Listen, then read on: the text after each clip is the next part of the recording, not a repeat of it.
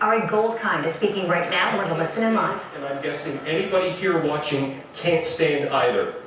Now, before I take questions, which is the part that I really look forward to, again, I talk about the environment, I talk about immigration, our housing policy is coming out this week.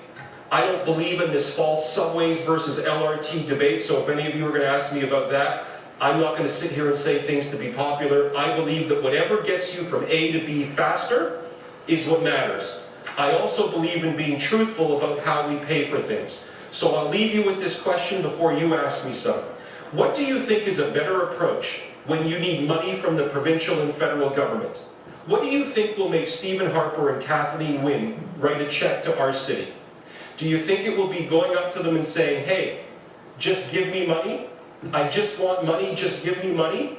Or as people in this room who negotiate, whether you negotiate for a raise, whether you negotiate somebody to give you a job, or any kind of barter that you do, you always want to offer somebody something to get them to say yes. The whole premise of my plan is the citizens of Toronto step up and say, no more of this, no tax, everything is free stuff, and we're willing to invest in our city, come invest with us. I want to answer some questions now, and I think I'm right at the at the time. Perfectly correct, yes. Okay. So maybe I'll sit for a second, and there you go. And here comes the first question. Okay. Make it short so that we can ask as many questions as possible. Perfect. Thank you, sir. Oh, I got louder. I think you've already answered the first question, but we asked the same questions. Some of the questions are the same as the other candidates, and some are from the floor. Great. So this first question, like I said, you've already answered, but I said that Los Angeles has had a vehicular traffic congestion for decades more than Toronto. And they've done many studies, and what they found is that the only long-term solution is the pricing strategies for highways. So what the question is do you support tolls on the highways? See, it's great because I didn't know what the questions would be in advance, and I think you've all heard me say it, even though some places I go out to Etobicoke, people do it. I can tell you right now, for anybody watching at home, I hope you've turned to watch this if you're watching football, everybody in the room, www.ariformayor.com, hit congestion pricing. Hit the button that says press release. I explain what congestion pricing is. I explain why it actually makes driving cheaper. I'm telling you, I bet you there's 100 people in this room right now that go, how can charging a toll, how can congestion pricing make driving cheaper? I will give you an example. The taxes, because I'm not afraid to use that word tax. So the tax of a toll and congestion fee, and what that means in 20 seconds is, when you're driving in a certain core of the city, and you know, this is a room in a city that's filled with people who travel the world. You go anywhere in Italy, you go to London, you go to France, you enter the city core, your license plate gets zapped, and you get charged a certain amount of money, and it has made miracles. So, the best example is, we don't value our time and our quality of life enough as citizens. Who understands the needs for congestion pricing more than any group in society? And I'm going to tell you what the answer is by the evidence.